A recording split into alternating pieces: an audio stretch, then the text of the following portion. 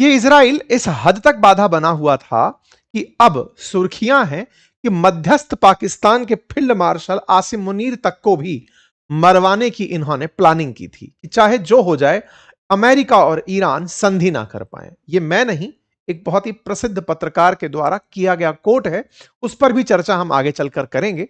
लेकिन उससे पहले ट्रंप ने लेकिन इस बात को बड़ा सीरियसली लिया है, इस बात को कि मैं जब जब सीज फायर कराने गया तुमने लेबनान पर गोला मार दिया। अब इजराइल का इलाज अमेरिका कैसे करेगा यह दुनिया चाहती थी, लेकिन ट्रंप ने जिस तरीके से यह दाव चला है वो दाव सीधा ना लगकर बड़ा ही स्पिन बॉल की तरह से मारा गया है। किया क्या गया है? तुर्की के साथ हाथ मिलाने बढ़ चुका है अमेरिका। अब ये तुर्की की क्या कहानी है? ट्रंप ने कहा है कि अर्दगन बहुत बढ़िया आदमी है, और आप अगर हमारे पुराने कई सत्र देख चुके हैं तो आपको इस बात की जानकारी होगी कि अर्दगन और नेतन्याहू एक दूसरे के खिलाफ बिल्कुल पाबंद है, मतलब कि एक दूसरे को बिल्कुल पसंद नहीं करते। इतनी नफरत है एक दूसरे से कि कि नेतन्याहू के खिलाफ अर्दगन ने बस आतंकी ही करार नहीं दिया है, बाकी सारी तरह से केस कूस कर रखे हैं। वहीं दूसरी तरफ नेतन्याहू अर्दगन से कितनी नफरत करते हैं इसका अंदाजा ऐसे लगाइए कि वो तुर्की के खिलाफ हेक्सागन बनाने की प्लानिंग में है, जिसमें भारत को, ग्रीस को, साइप्रस को, एक अरब देश को और एक अफ्रीकी देश को शामिल कर रहे हैं। और भारत का तुर्की के खिलाफ जो अपोजिशन है वो पाकिस्तान प्रेम है, क्योंकि तुर्की, पाकिस्तान, अजरबैजान तीनों मिलकर के एक साथ घूमते हैं।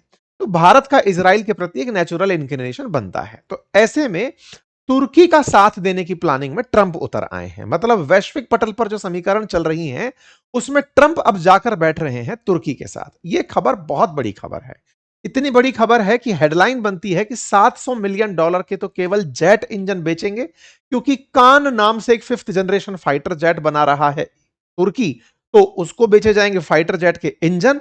और F-35 जिसको मांगने के लिए बीते 8 साल से तुर्की खड़ा हुआ है अमेरिका से कि हमें F-35 दे दो, क्योंकि रीजनल पावर्स में आप इजराइल को F-35 दे चुके हो, हमें भी दे दो ताकि कल को हमारा युद्ध हो तो नाटो अलाई होने के नाम पर हम उसका सामना कर पाएं। अमेरिका अब उसे वो भी देने का विचार बना चुका है। तो F-35 भी मिलने जा रहा है और 5th जनरेशन फाइटर जेट के लिए इंजन भी मिलने जा रहा है। यानी सीधा तरीके से अब इजराइल तुर्की की जंग में तुर्की का साथ देने के लिए ट्रंप सामने आ रहे हैं। यह एक प्रकार की प्रेशर टेक्निक भी हो सकती है, क्योंकि इजराइल जिस तरह से हाल में ट्रंप के किसी भी दबाव को मानने से इनकार कर दिया, इजराइल जिस प्रकार से हर बार पीस डील में लेबनान पर गोलीबारी करके युद्ध को रोकने ही नहीं दिया, यह सब दर्शाता है कि ट्रंप भी अब इसका कोई काट ढूंढ रहे हैं। इस पूरी काट को इस तरह से समझा जाए कि पाकिस्तान और भारत के बीच में जो व्यवधान थे उसमें पाकिस्तान के पक्ष लेकर ट्रंप ने जिस तरह से भारत के साथ दुश्मनी को बढ़ावा दिया, वैसे ही इजराइल के केस में वो तुर्की का साथ देकर करते हुए दिखाई दे रहे हैं। क्या भारत और इजराइल अब एक ही तरह से ट्रंप देख रहे हैं, या आने वाला समय बताएगा। फिलहाल के लिए इस खबर के मायने समझने के लिए थोड़ा इतिहास जान लेते हैं। इतिहास ये कि जिस तुर्की को फाइटर जेट F-35 चाहिए उसके लिए उसने कितनी मिन्नतें की हैं उसको मैं आपको ऐतिहासिक रूप से दिखाता हूं। चर्चा कैसे आई? अभी क्या थे, नाटो जो चीफ है रूट, वो ट्रंप से मिलने आए थे। उस समय पत्रकारों ने इनसे यह सवाल पूछ लिया। इन्होंने कहा कि अर्दगन विवादित व्यक्ति तो हैं, लेकिन मेरे लिए उन्होंने ईरान का साथ देना रोक दिया था। अब यह क्या कहानी है? ट्रंप का मानना है कि ईरान का साथ देने के लिए इजराइल के खिलाफ तुर्की आ रहा था, लेकिन ट्रंप के कहने पर तुर्की रुक गया और वो ईरान के साथ इजराइल के खिलाफ जंग करने नहीं आया। जब इन्होंने इस बात को मीडिया के सामने रखा तो इसके मायने निकाले जाने शुरू हुए। तो क्या मिस्टर प्रेसिडेंट आप उन्हें F-35 देने का सोच रहे हैं? उन्होंने कहा हां, मैं उन्हें F-35 देने का सोच रहा हूं। अब ये F-35 क्या है? हालांकि बहुत बार हम जिक्र कर चुके हैं, फिर भी समझ लेते हैं। F-35 इस दुनिया में 5th जनरेशन फाइटर जेट है। ट्रंप का मानना है कि दुनिया का सबसे तेज तर्रार, पकड़ में ना आने वाला फाइटर जेट है।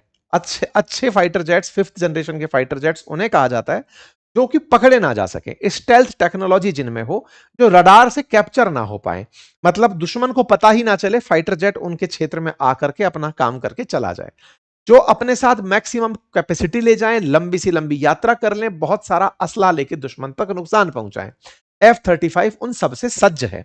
ऑलरेडी अमेरिका अपने पार्टनर देशों में लगभग 7 देशों को यह बेच चुका है और ऐसे ही फॉरेन मिलिट्री सेल्स में इजराइल के पास ऑलरेडी 75 F-35 हैं। अमेरिका की चाहत और अमेरिका के साथ अलाइन रहने वाले देशों को अमेरिका ने F-35 खूब बेचा है। हालांकि यह ऑफर हमारे पास भी आया था, लेकिन हमने इस ऑफर की मजाक बना ली थी, क्योंकि यह F-35 यूके वाला जो पीस था हमारे पास आया हुआ था, वो उड़ नहीं पाया, टेक ऑफ नहीं कर पाया। तो हमारे देश में F-35 के प्रति पहले ही सेंटीमेंट यह बन गया कि नहीं, F-35 तो नहीं लेंगे 5th जनरेशन के नाम पर। अब देखते हैं आगे की समीकरण क्या बनती है। लेकिन तुर्की F-35 लंबे समय से मांग रहा है। मैं आपको इतिहास दिखाता हूं 2018 का। तुर्की F-35 रिसीव करने के ऑलमोस्ट करीब था। 2018 की जून की खबर है। सब तैयारियां हो गई थी, ट्रंप का शासन था, तुर्की को F-35 देने की सहमति बन गई थी। लेकिन फरवरी आते आते 2019 की ट्रंप ने इन्हें F-35 देने से रोक दिया। क्यों रोक दिया? तुर्की ने थोड़ी समझदारी करी। क्या किया? उसने S-400 रशिया से परचेज कर लिया। अमेरिका इस बात से नाराज हो गया। एक तो तुम नाटो कंट्री हो, रशिया को तुम्हारे पास सामान बेचने की क्या जरूरत है? अगर तुम लेना है तो हमसे थर्ड सिस्टम परचेज कर लेते, इनसे S-400 क्यों लिए? तुर्की ने S-400 जब रशिया से परचेज किया तो इसकी नाराजगी में इन्हें F-35 से वंचित रख दिया गया। इन्हें इस तरह से पनिश किया गया कि ट्रंप के जाने के बाद में, मतलब ट्रंप ने अपने कार्यकाल में तो इन्हें F-35 फाइटर जेट प्रोग्राम से ही बाहर कर दिया, लेकिन बाइडेन भी, ट्रंप के बाद बाइडेन भी ट्रंप की ही बातों को आगे बढ़ाए, उन्होंने भी तुर्की को F-35 देने से मना कर दिया। लेकिन F-35 प्रोग्राम में नाटो के साथ में, अमेरिका के साथ में तुर्की शामिल था, तो जो पैसा इन्वेस्टेड था उस पैसे के बदले इन्हें कहा गया कि तुम F-16 अपडेट करवा लो हमसे। तो इन्हें F-16 की बेचान की गई, जो अमेरिका का वो उन्नत फाइटर जेट जो पाकिस्तान के पास भी है, लेकिन F-35 से इन्हें वंचित रखा गया। मतलब ऐसे समझिए कि इन्हें F-16 से ही काम चलाना पड़ा। F-35 के लिए इन्होंने खूब जद्दोजहद करी। $23 बिलियन तक मतलब इन्होंने खर्च करने का प्लान बनाया। F-16 ही इन्हें मिला, इन्हें F-35 नहीं मिला। F-35 किसके पास था? इजराइल के पास था। इजराइल उसी F-35 से ईरान पर भी कहर बरपाया, लेबनान, गाजा, इन सब जगह खूब सारा इस्तेमाल हुआ। ट्रंप अब दूसरी बार जीत कर आए। जब ट्रंप जीत कर आए तो उन्होंने पूरी तरह से पहले इजराइल का साथ दिया, लेकिन अब जाते हुए वो दिख रहे हैं तुर्की के पास। ऐसा क्यों बोल रहा हूं मैं? क्योंकि ट्रंप लगातार नेतन्याहू से खफा चल रहे हैं। ये ईरान इजराइल वाला मामला नहीं, इससे पहले भी गाजा वाले मामले में भी नेतन्याहू को खूब समझाया गया था कि गाजा में शांति हो जाने दो, लेकिन नेतन्याहू नहीं माने थे। ट्रंप इन्हें कई बार कह चुके थे कि देखो हम पीस डील करना चाहते हैं, नेतन्याहू नहीं चाहते थे। इतना तक हेडलाइंस बनने लगी कि उन्होंने इन्हें अपशब्द तक कह दिए। ये अखबारों की हेडलाइन बनी। हेडलाइन के बावजूद भी इजराइल ट्रंप की नहीं माना। सारे समझौतों के बीच भी लेबनान पर गोलीबारी जारी रखी। इतना हद तक हुआ कि इजराइल ने ईरान के जो जो व्यक्ति समझौता करने के लिए आगे बढ़ने निकलते थे, वो उन्हें निशाना मार के मार देता था। ऐसे ही अली लारिजानी को इन्होंने मार्च 2026 में मारा। तो यह बात खुलकर सामने आ गई कि इजराइल चाहता ही नहीं है कि शांति वार्ता हो। इसके चलते उपराष्ट्रपति जेडी वेंस ने भी इजराइल को खूब धमकाया। इन्हीं धमकियों के बीच में जब पीस डील होने के लिए इसी महीने स्विट्जरलैंड के अंदर सारे देश एकत्रित हुए, जिसमें कतर था, जिसमें पाकिस्तान था, ईरान था और अमेरिका था, वहीं से एक खबर बाहर निकलकर आती है। एक पॉलिटिकल कमेंटेटर मारियो नौफॉल की तरफ से, उन्होंने एस्कोबार नाम के एक ब्राजीलियन पत्रकार का इंटरव्यू किया और उस पत्रकार ने कहा कि उस पर्टिकुलर मीटिंग में जो स्विट्जरलैंड में होने जा रही थी, वहां इजरायली मोसाद ने आसिम मुनीर की हत्या का प्लॉट रचा था।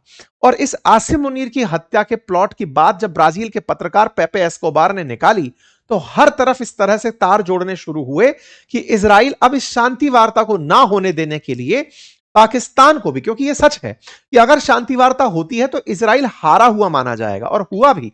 आज इजराइल की 70% आबादी यह मानती है कि इस पीस डील से इजराइल जंग हार गया।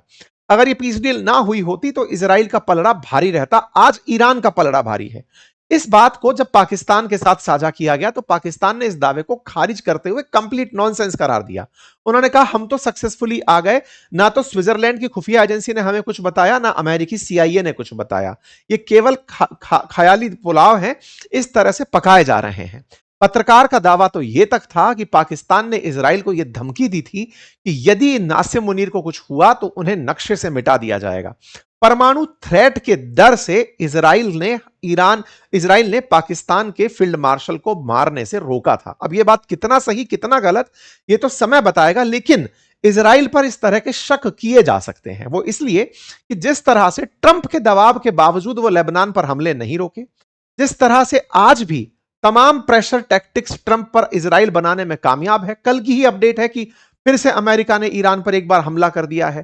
तो ये सारी चीजें दर्शाती हैं कि कहीं ना कहीं नेतन्याहू इस प्लानिंग को भी एग्जीक्यूट कर सकते थे, लेकिन आने वाला समय इसे कैसे देखेगा ये तो बताने वाली बात है। आज की स्थिति अगर देखा जाए तो एक किताब की चर्चा है जिसमें ट्रंप नेतन्याहू से यह कहते हुए पाए जा रहे हैं कि सारे के सारे यहूदी नेतन्याहू तुमसे फ्रस्ट्रेट हो चुके हैं, अब तुम हट जाओ क्योंकि तुम्हारे चलते दुनिया में अशांति आ रखी है। आपको क्या लगता है कमेंट बॉक्स में जरूर बताइएगा। लेकिन इस पूरी कहानी में तुर्की के साथ अमेरिका का जो जाना है यह कुछ समीकरण जरूर बता रहा है। तुर्की इजराइल की लड़ाई पुरानी है, यह हमने कई बार डिस्कस की है। तुर्की ने इस गाजा के चलते इजराइल से ट्रेड रोक दिया था, यह भी हमने आपको बहुत डिटेल में बताया। तुर्की ने अपना एयर स्पेस इजराइलियों के लिए बंद कर दिया।